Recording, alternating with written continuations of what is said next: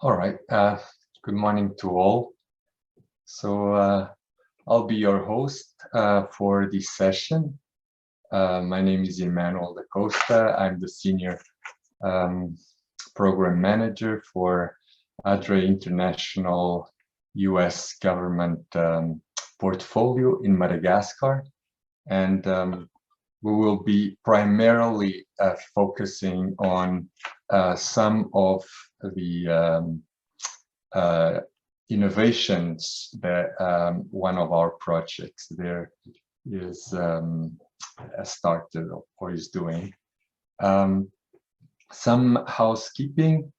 If you have any problems with the communication, you may text me on the chat box directly. If you have questions, you can put them in, directing them to everyone. We will address your questions at the end of the session. We will have 15 minutes for that.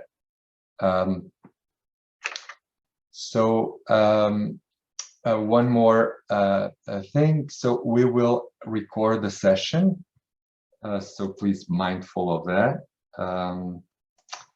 We also have interpretation available.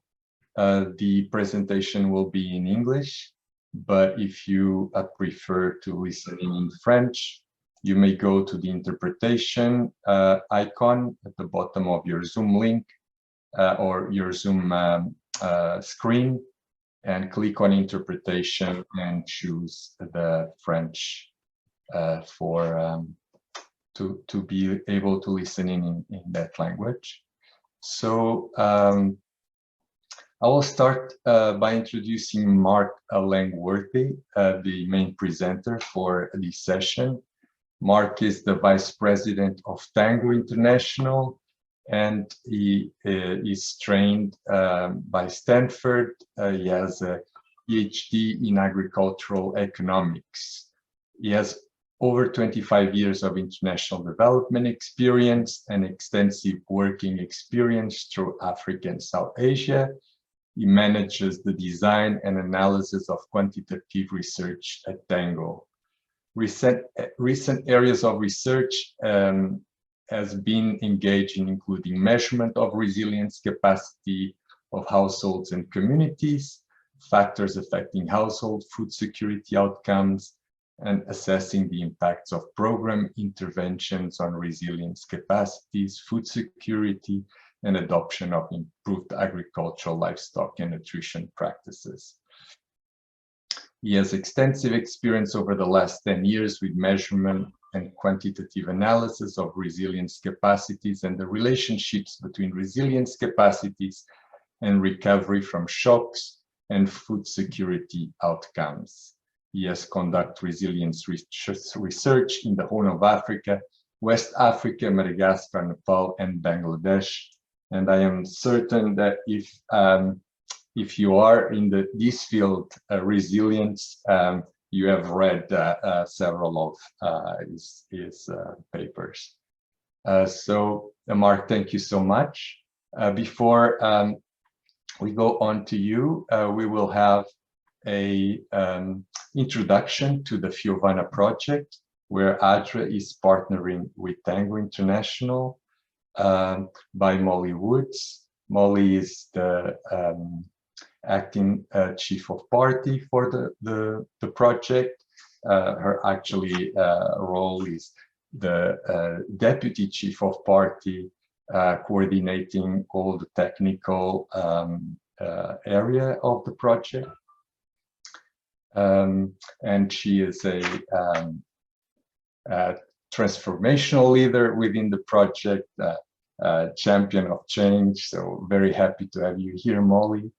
And finally, we'll have the facilitation of the Q&A by Anna Cricken, the chair of the RTLL, the Resilience Technical Learning Lab, that is organizing this event. Thank you, Anna. So, Molly, please do introduce us to the Fiovana project. Mark, I understand you'll be projecting it from your screen. All right, thank you.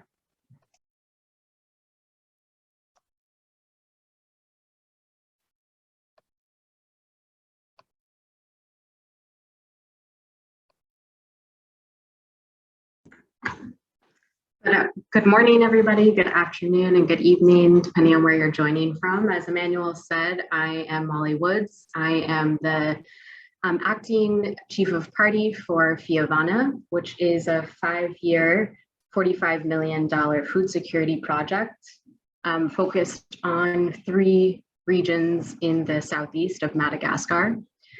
We are working on 3 interconnected and interdependent domains of change, trying to reach over 400,000 people to improve health and nutritional status of women of reproductive age, adolescent girls and children under 5, improve household incomes to access food and non-food essentials and build savings, and on enhancing social and ecological risk management. We have an adaptive management approach, which this resilience monitoring system that TANGO will be sharing about, that Mark will be sharing about, is an important part of. So about TANGO's role in the consortium, TANGO brings to the Fiavana team significant expertise in resilience, M&E systems, learning, and knowledge management. They're also a partner for the Food for Peace funded TOPS program and Resilience Evaluation, Analysis and Learning, the REAL Award. And they offer Fiavana evidence-based approaches in food security programming and learning. They're really uniquely positioned to support Fiavana with critical analysis and technical guidance to achieve our goals and our purposes, as is the case with the RMS system that Mark will be sharing about. So thank you all so much for joining.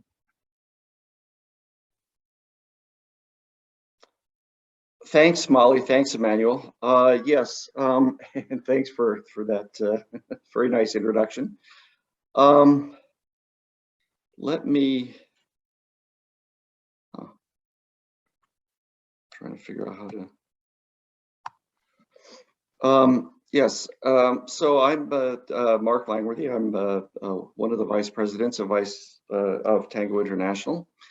And as Emmanuel mentioned in his introduction, we at TANGO have been engaged in various aspects of resilience measurement over the last 10 years. Initially, we were engaged in more sort of basic research about understanding really the what are the different elements of resilience capacity and how they relate to improving recovery in this face of shocks.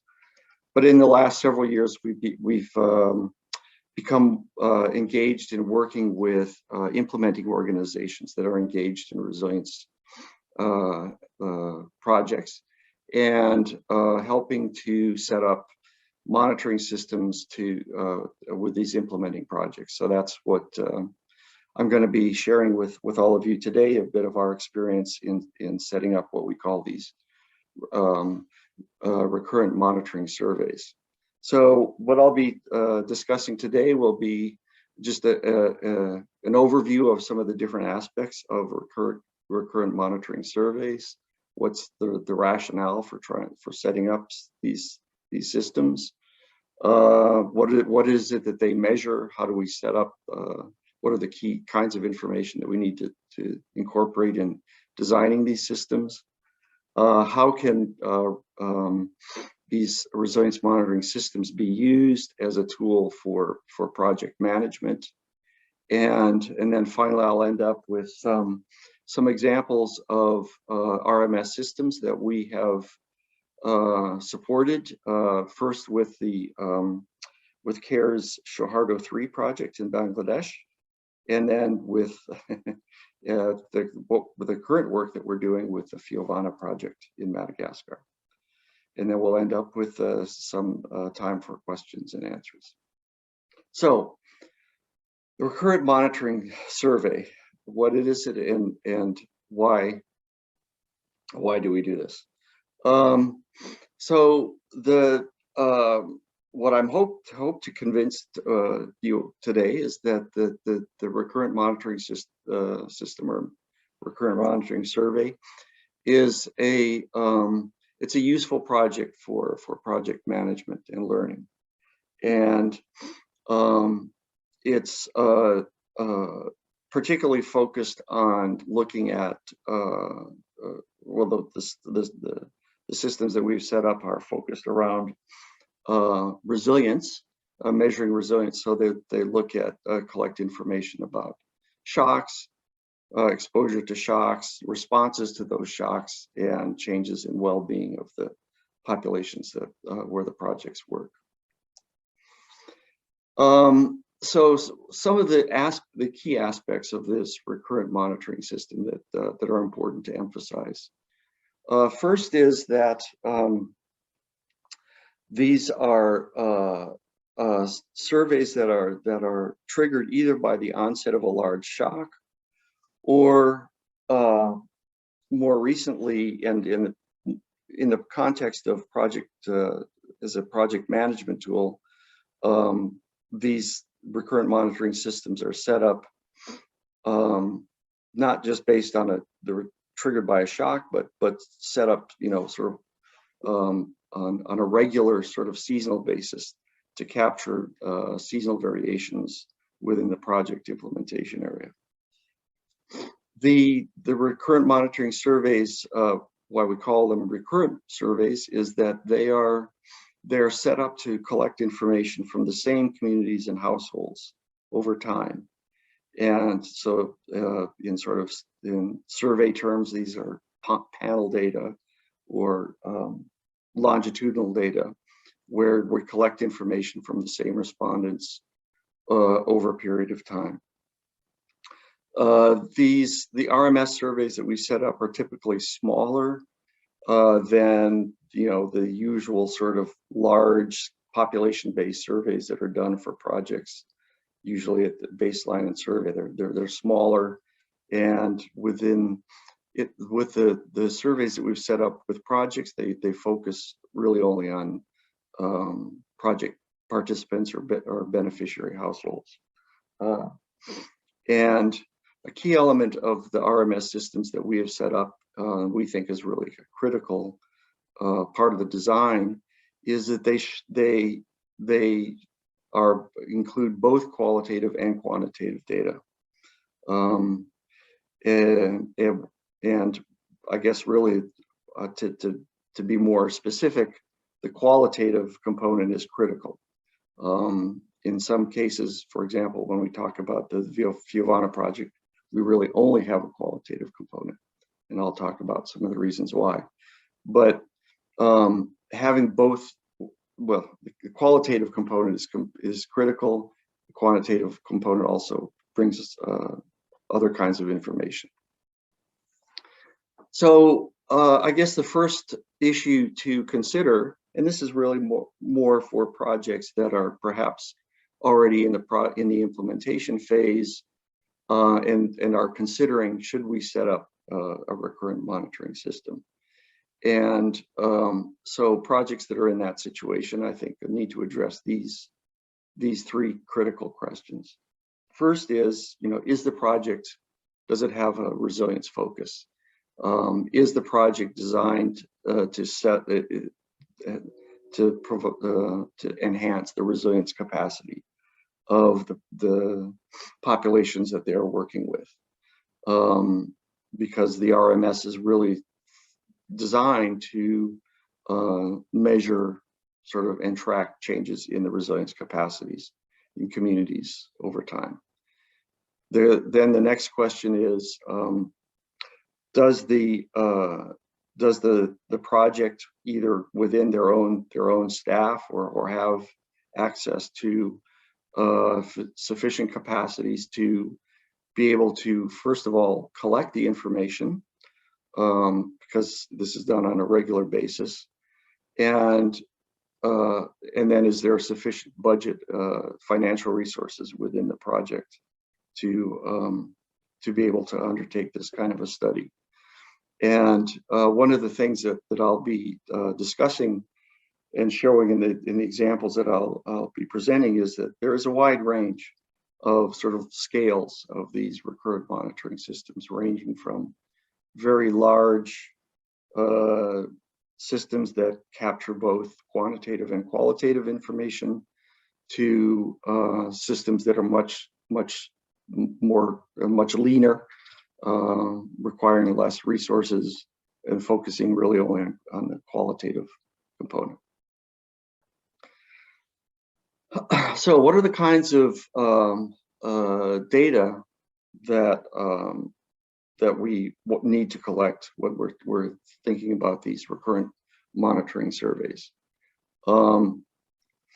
Well, the key thing about these recurrent monitoring systems is that we're collecting information on a more regular basis. Whoops, sorry. And so we need to think about what is the necessary information to collect in each round of the survey.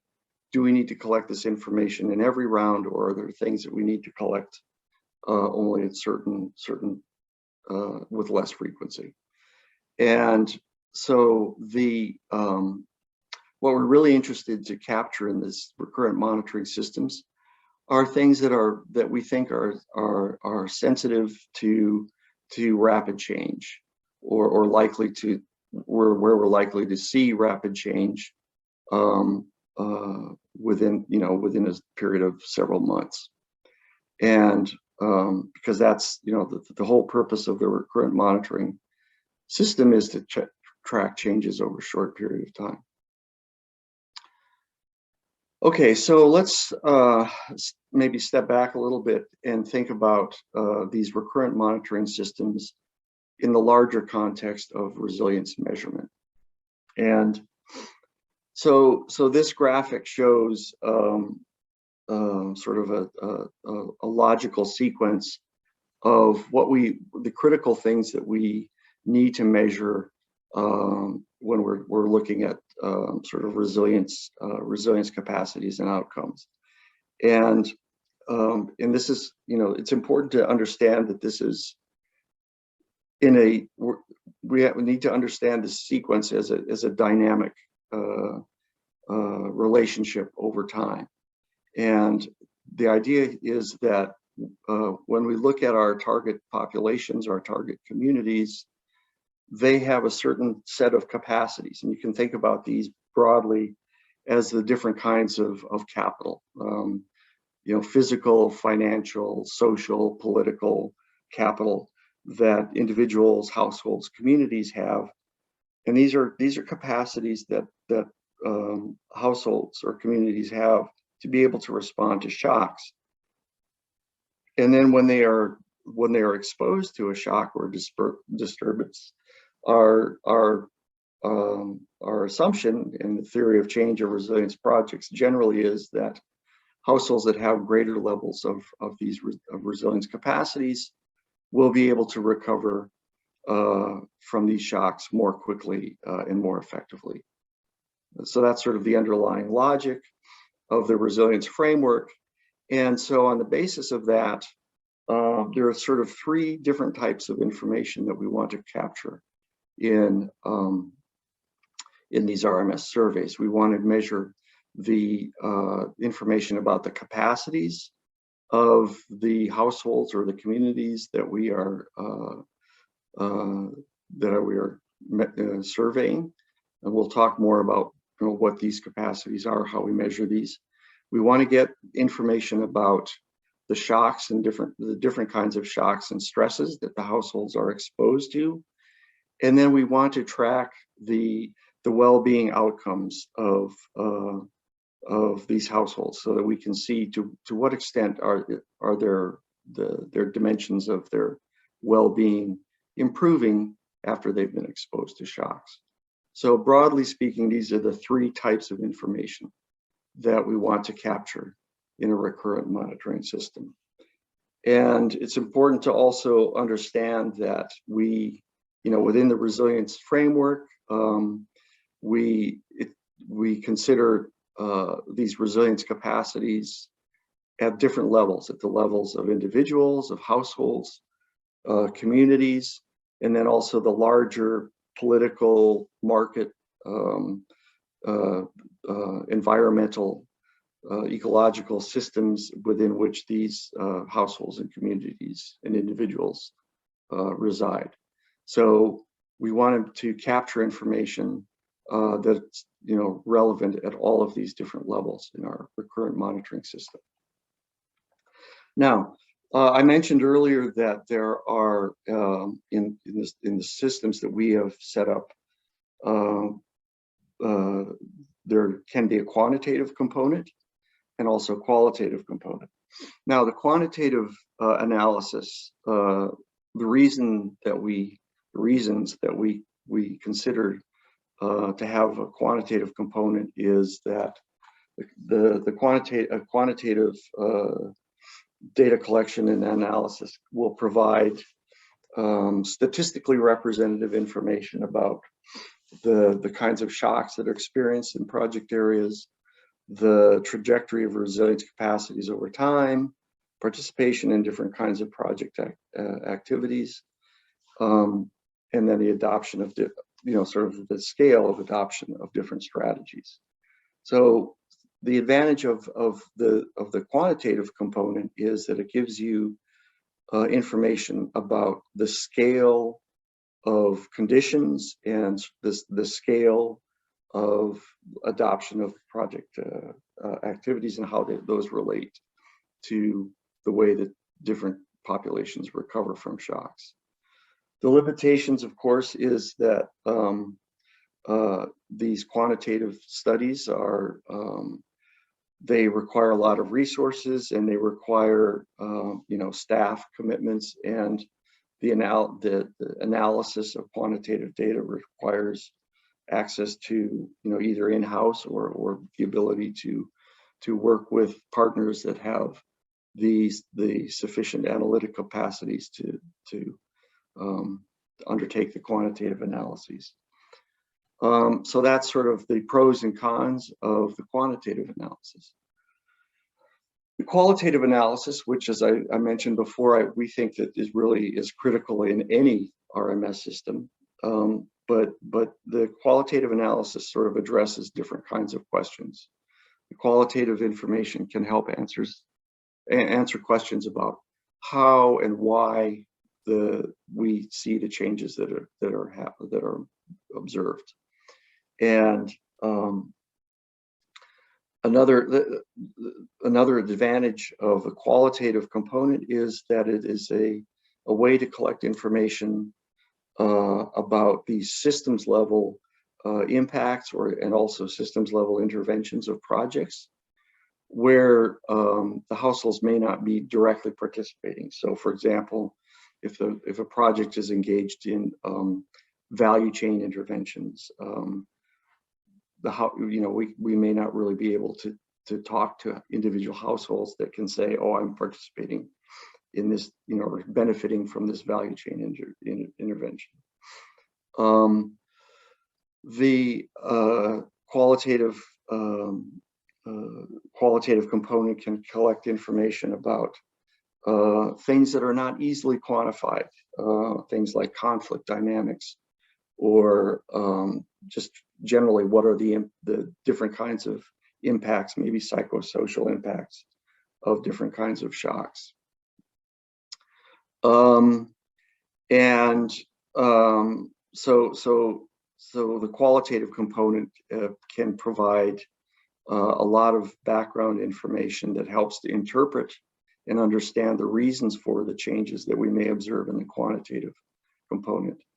The limitation, of course, is that the qualitative doesn't really give a very, let's say, precise information about the scale or the scope of changes.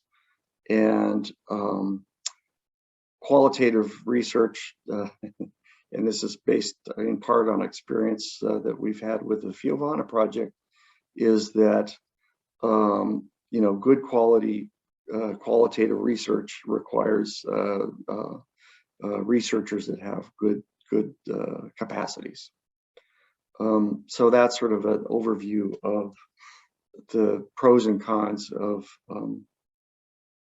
the different types of quantitative and qualitative information. So one of the critical parts of the recurrent monitoring system is to measure shocks and stresses.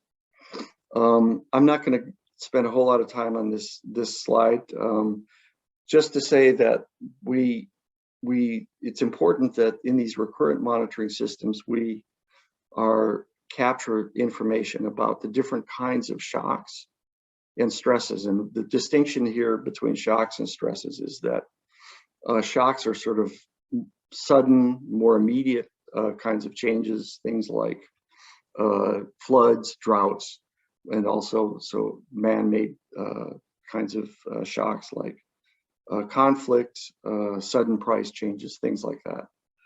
And then stresses are the longer term, sort of more structural things like, climate change, chronic poverty, things like that. So we want to make sure that we are capturing these, particularly shocks in the RMS system. Again, because the RMS is a short-term monitoring system, that the focus is really on measuring these shorter-term shocks. Okay, measuring resilience capacities. Again, I'm not going to go into a whole lot of detail on this in this presentation, but just as a background, we in the recurrent monitoring system, we think about different types of resilience capacities. And many of you, I'm sure, are already familiar with these concepts, but just as a brief sort of background, we talk about absorptive capacities, which are capacities that households and communities have to be able to essentially to be able to recover, react, mitigate the negative effects of shocks and stresses when they happen. So it's more sort of a reactive capacities that are used for reactive strategies. Adaptive capacities are capacities that allow households to adopt more proactive kinds of investments, to engage in different kinds of livelihoods, to either sort of mitigate or spread their exposure to risk, or engage in livelihoods that are less risky.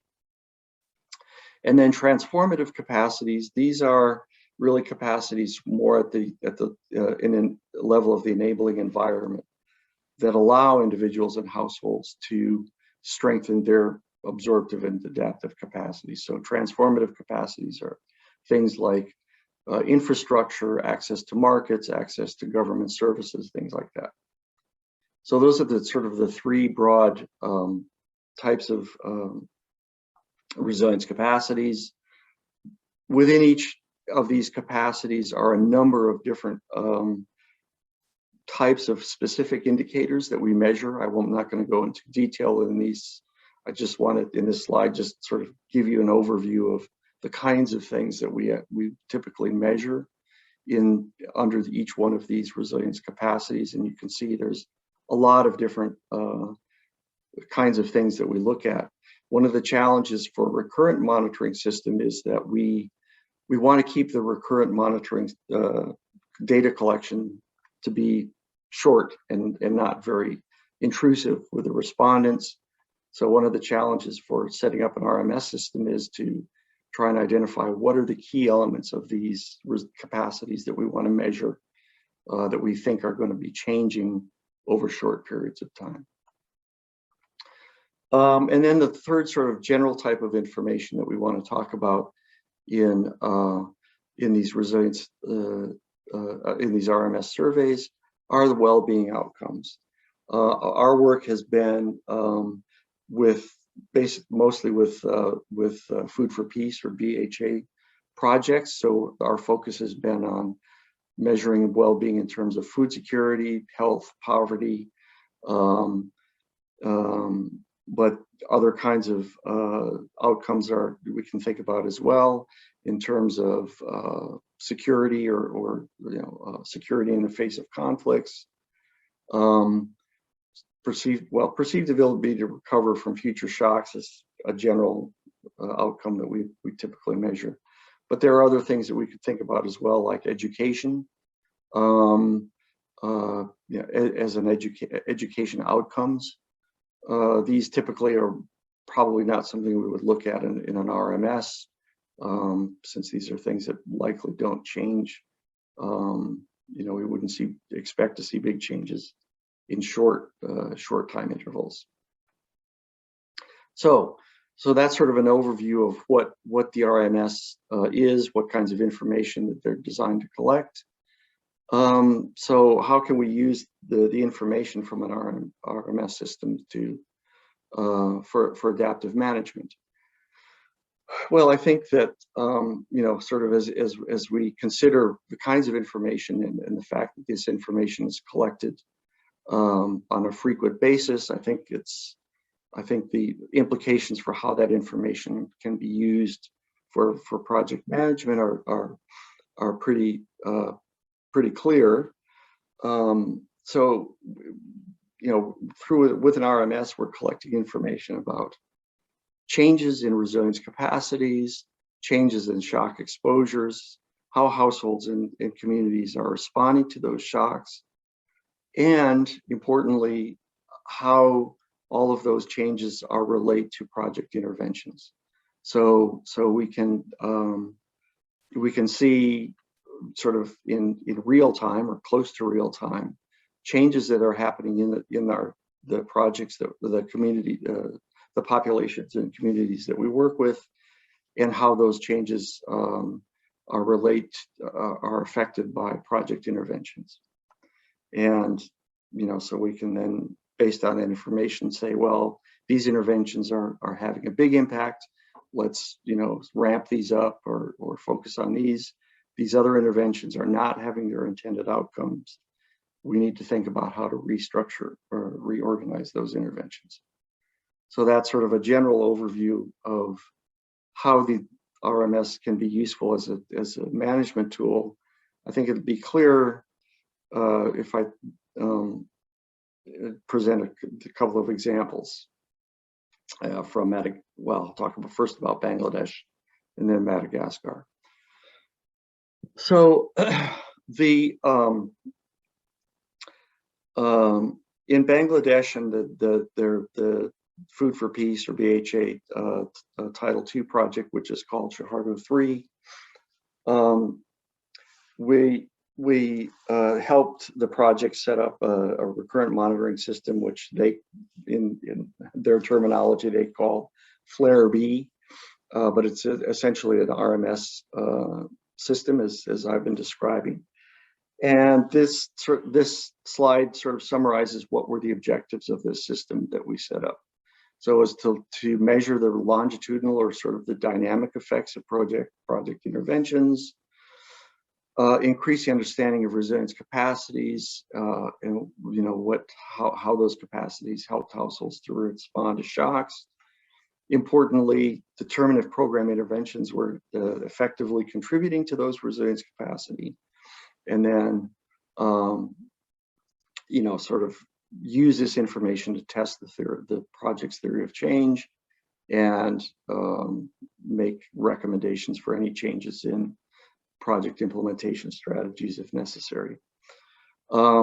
This Shahardo 3 project got an extension, and so this RMS system was continued with these follow-up questions about looking at the changes in the sort of in the phase out part of the project, and looking at sort of what are the potential sustainability of the impacts of the project. So this FLARE-B is a I think it's maybe the largest Title II project. It's a huge project.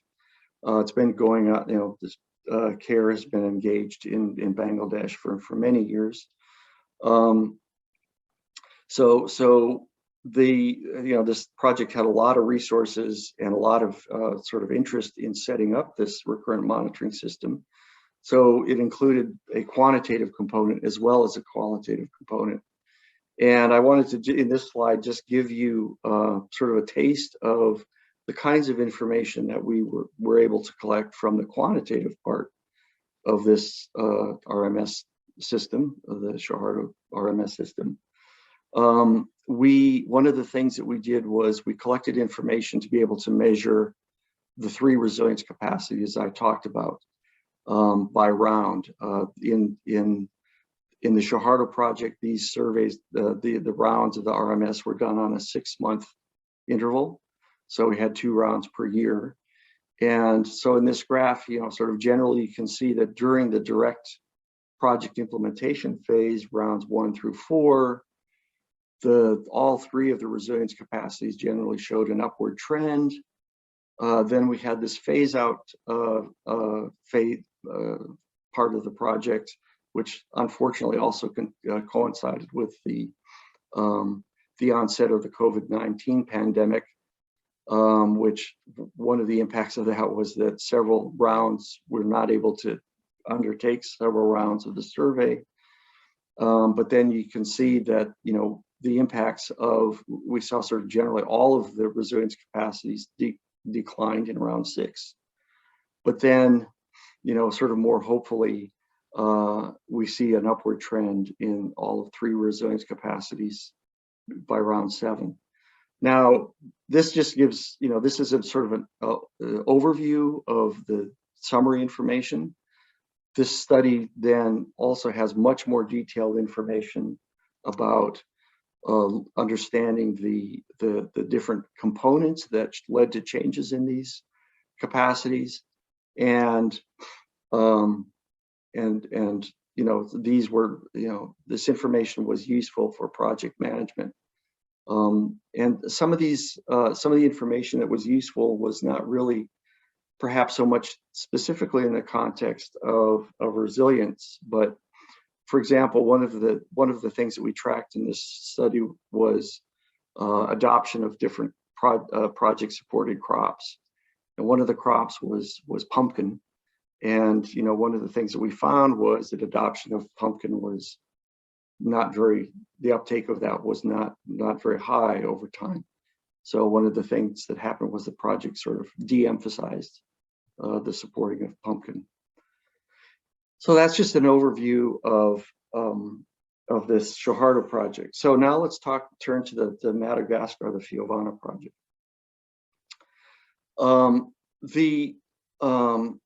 The recurrent monitoring system that's been set up in the Fiovana project came out of excuse me, a study that was done in the inception phase of this project, a resilience assessment. And this resilience assessment identified several key findings that are related to understanding resilience of the communities in the project implementation area, and the sort of critical elements of resilience capacity that are also perhaps areas that are problematic. And one of the things that was found in this study was increasing levels of indebtedness of households. This was a widespread and growing problem. Another important aspect was the importance of social cohesion within the communities, in large part because sort of the provision of services by government, by other organizations was quite limited in these rural communities. They really had to depend on the resources within their own communities. But we also found that there's been an erosion of this social cohesion in these communities in recent years. So this was a finding. These were some critical findings that came out of this resilience assessment. And so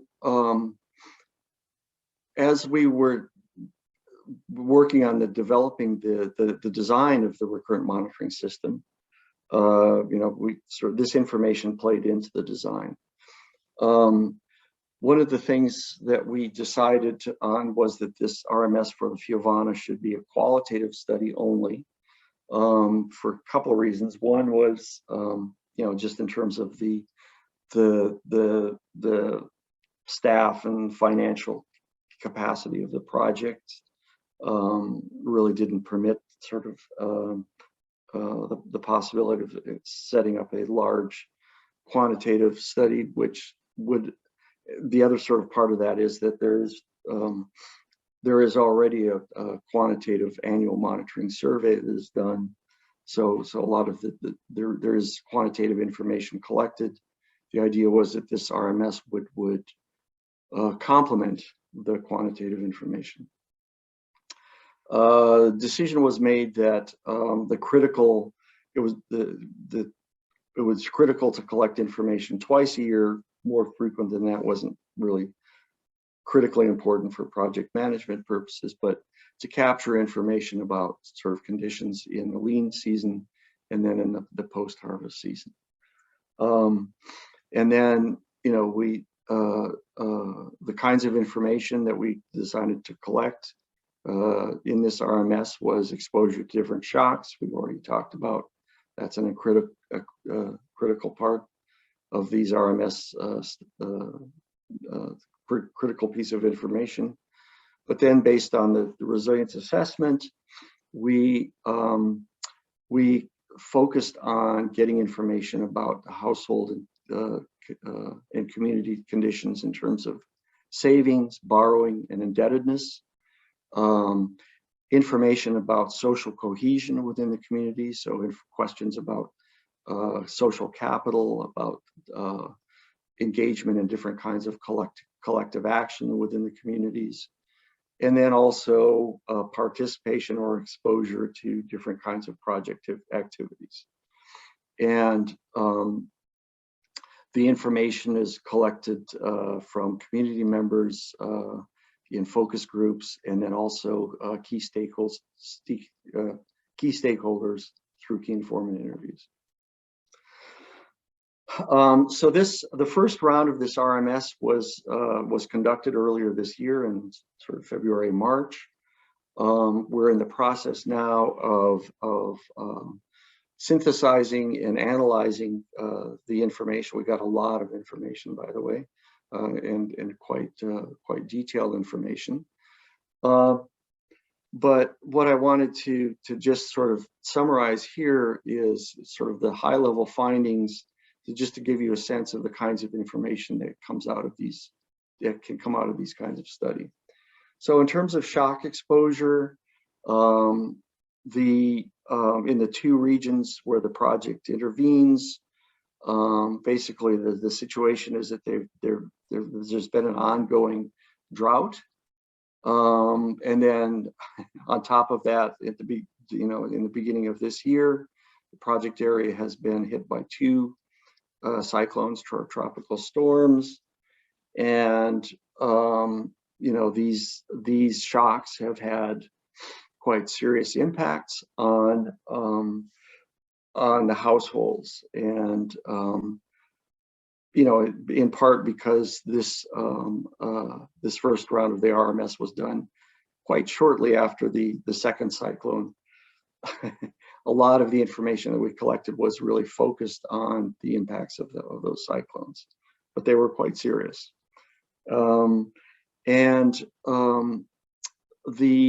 The other thing is that we know that this is also in the context of the COVID-19 pandemic.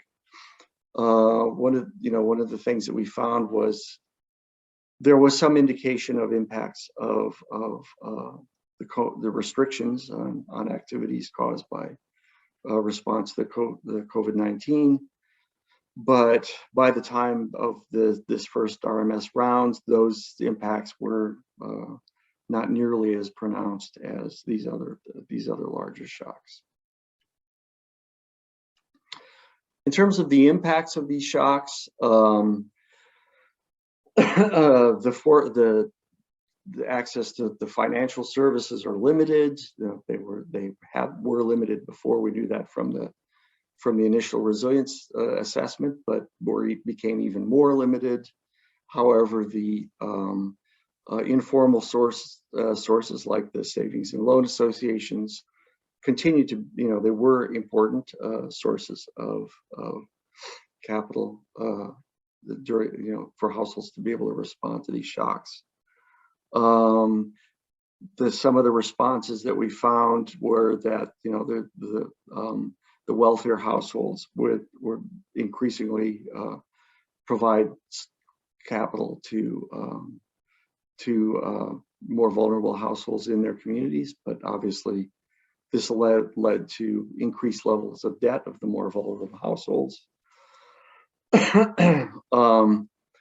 The impact, particularly of the cyclones, had effects on market access, and then so that had a sort of spillover effects on ability to be able to market products and spoilage and things like that. There was reported of deterioration of health outcomes, in part related to, problems of access to safe water. There was also reported dramatic increases in food prices. And then, from the cyclones in particular, destruction of homes and community water and hygiene infrastructure. So this is just to give you an idea of the kinds of information that we get about from the RMS about the impacts of these shocks. And then we also had some information about what are the kinds of responses to the shocks. And, we got in reports about households sort of resorting to informal livelihoods, sort of day labor, engaging in sort of, very low return kinds of income generating activities that can be environmentally harmful, firewood and coal production, things like that. These were very much seen to be as, households were driven into these livelihoods as coping strategies, not sort of more positive investments in livelihoods. Interesting finding about disaster risk management was that it was limited after the first cyclone, but I guess as based on the experience of the first cyclone, households became much more proactive about preparing for subsequent cyclones, and so that they were more prepared for the second cyclone. The other thing that we found, again, sort of turning back to the social cohesion, was that social cohesion has continued to play a significant role in households' ability to recover, how they recover from shocks, and examples of different kinds of types of activities engaged in sharing and different kinds of farming activities and so on. So at least until now, these kinds of social responses continue to be important. So these are just sort of high-level findings, a summary of high-level findings.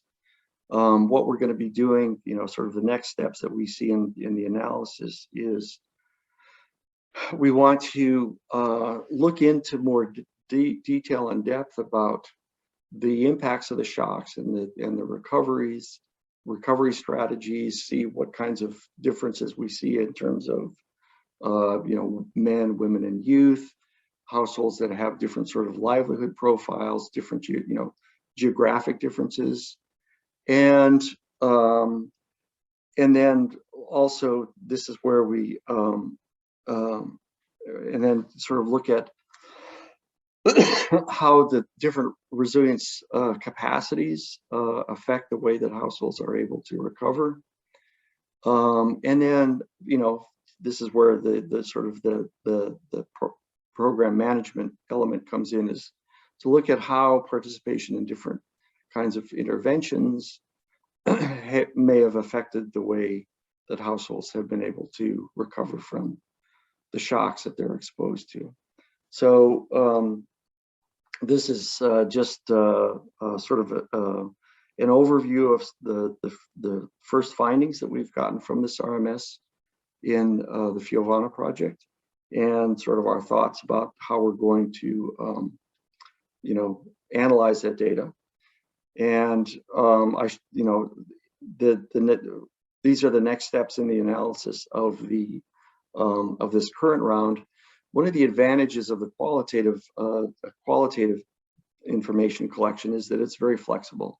So the other thing that we'll be doing is, as we're analyzing the data from this first round, we will be thinking about more specific kinds of information that we'll want to collect in the later rounds, and how we can restructure the tools for the later rounds to build on the information from this first round. So that's the end of my sort of presentation about the recurrent monitoring system, what it is, how it can be useful as a project management tool, and some examples of how we've used RMS with 2 different projects as a management tool. So I'll stop here and turn it over to comments and questions.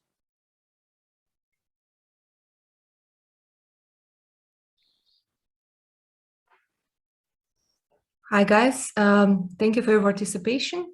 I don't know if you maybe could stop sharing the screen so we can see each other to some extent, then we can see the faces maybe. Thank you so much, Mark, for presenting. Very interesting presentation. We already have 2 questions in the chat. The first question from Deborah: what kind of time frame is optional for implementing the RMS system? Can it be used in shorter term projects or only longer multi-year ones?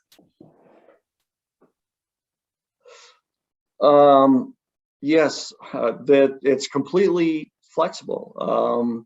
We actually, when we started our first RMS survey, which was in Ethiopia, actually, looking at a Feed the Future project, we started with 2-month intervals, and but we realized, at least in the context of that project, we didn't need the information that frequently, and it was also we realized it was a burden to be going back, because remember, this is a panel, so we go back to the same households.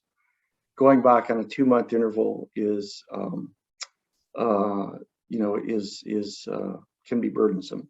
On the other hand, if we're thinking about a project perhaps that is looking at, let's say, recovery from a very short-term and sudden shock like floods, we might want to have, it could be on a much more frequent basis, might be every week or every 2 weeks. Obviously, in that situation, it would be a much lighter kind of tool, but I think the time frame is in principle whatever is considered to be an important time frame in terms of how frequently you want to be able to track changes. Over. Thank you for this response. Another question on the resources, the presentation, will you share it with us? And also maybe if you have some resources like guidelines or the tool itself, where could we find it somewhere? Could we take a look? Yes, so TANGO is also a member of or a partner in the BHA Ideal project, which and as part of that project, we have some resources about RMS. There's guidance for establishing our RMS systems. So yeah, those resources are available through the Ideal. So perhaps we could, if we would like to get them, we could get in touch with Emmanuel then, and he could connect us somehow. Then, yeah, I don't know, Emmanuel, how do you see this? Yeah, we can share the links to those tools as well. Okay, excellent. Another question from Prakash: how different is RMS than measuring coping strategies index? Yeah, I don't know if you're familiar with yes, well, the coping strategies index is an indicator, and it's an indicator that well, it can be, it's often used as sort of a proxy, a sort of well-being or outcome or recovery indicator, but it's an index that's based on household responses to the kinds of coping strategies that they adopt for, over a certain period of time. As I was saying, the RMS, collecting information about coping strategies is a critical part, we think, of any RMS system. So it's certainly possible to set up your RMS system to collect the necessary information to be able to measure the coping strategy or the reduced coping strategy index. That's certainly possible. But that would be, so the difference is the coping strategy index is an indicator. The RMS is is sort of a whole survey system, which can collect, whatever, any, kind of indicators, including the CSI. Thank you, Mark. I saw there was some hands. Can you just maybe share the question, because that's all the questions from the chat.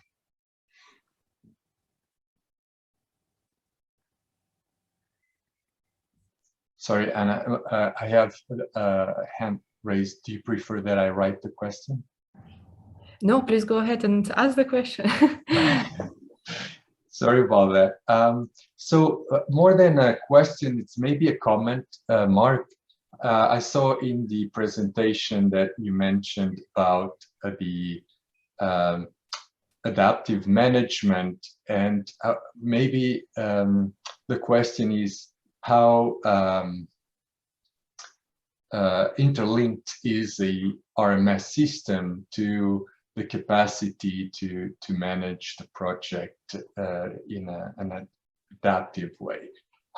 And maybe then to Molly, if you could give us some examples of, what Fiovana has done to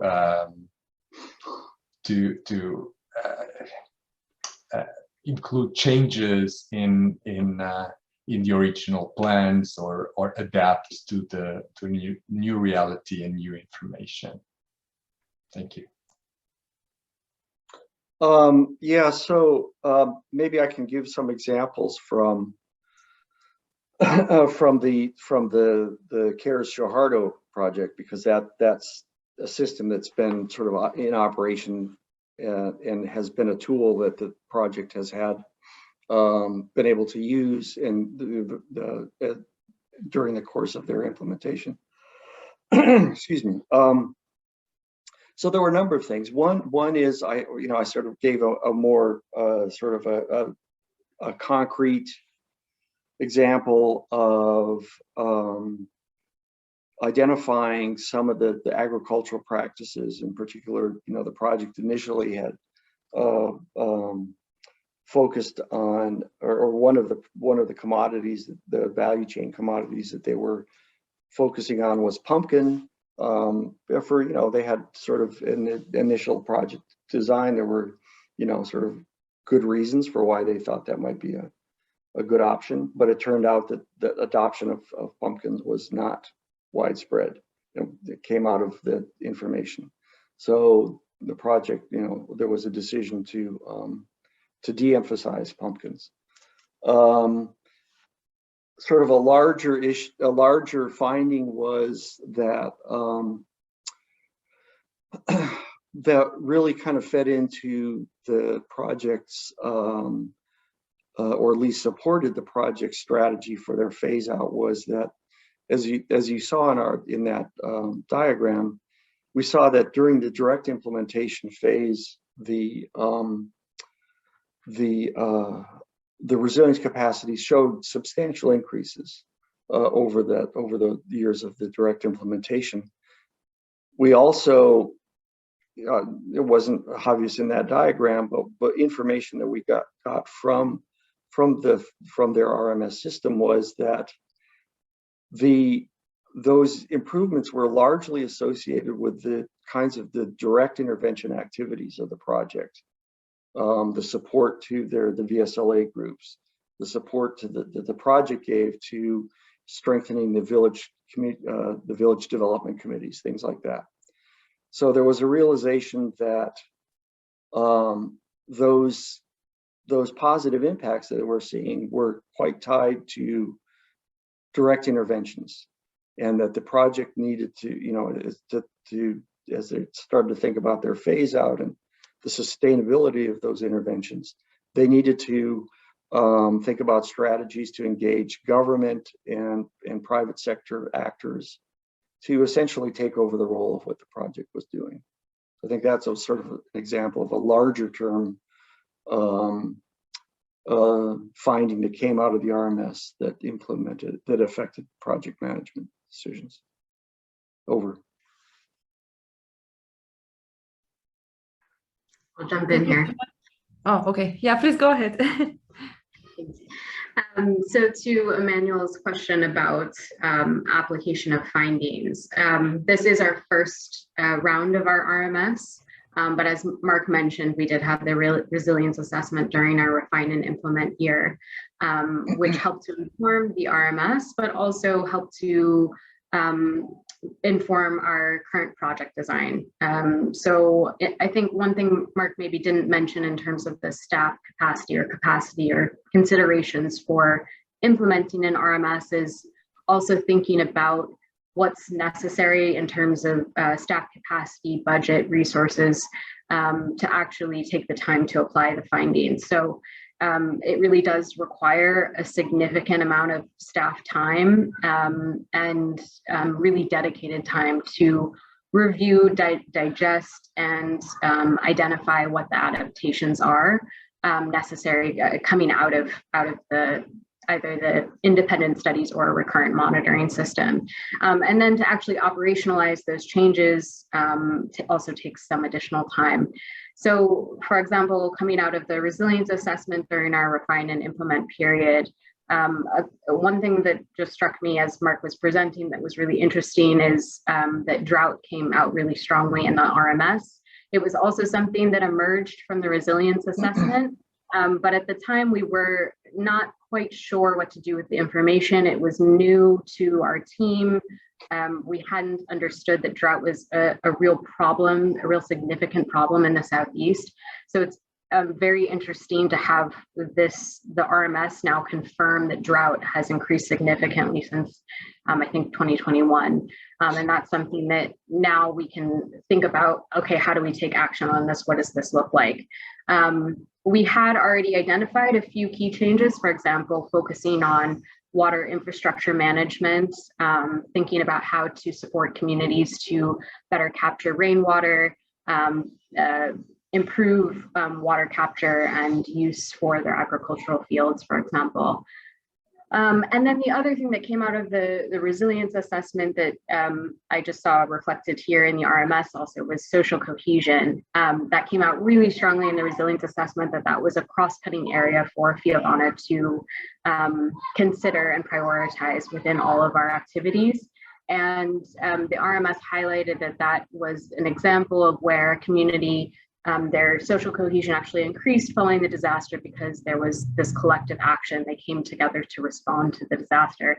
And we've just been working on a few stories actually for USAID and all of the successes of where Fiavana activities have supported communities to prepare for, respond to, or recover from the cyclones have included this aspect of social cohesion, specifically having the Disaster Risk Management Committee, the DRMC, take leadership in the community to help organize people, to help mobilize people to come together to address community needs that perhaps Fiovana can't directly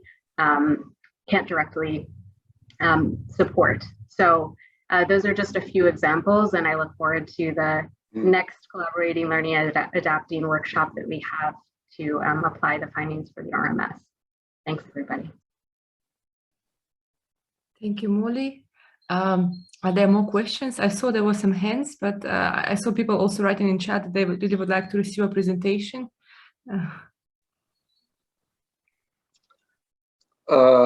Yes, I think, I mean, we'll certainly from my side, I'll share the, I have shared the presentation with the Fiovana team, and I made a few small changes in it, so I'll send you the updated version.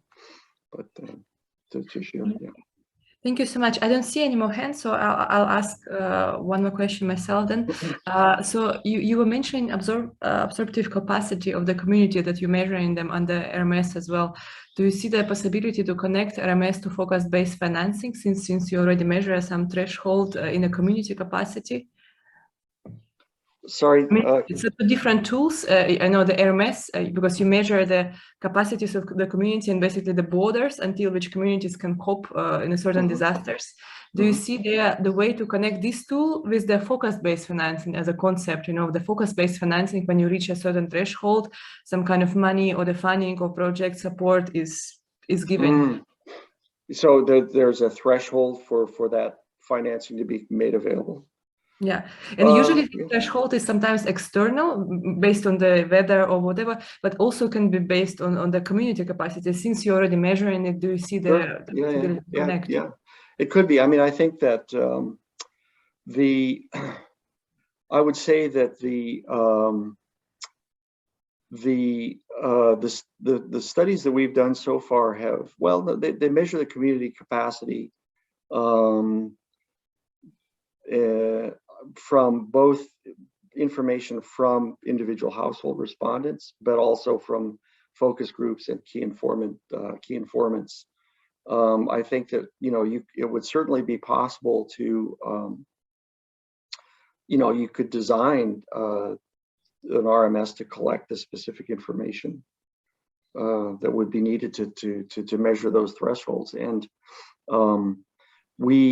I think one area that we're actually working a lot now in TANGO, generally in the resilience measurement, is thinking more about these systems level, measuring these systems level changes. And because up until now, our focus has really been at the level of households mostly, and households' perceptions of sort of their communities.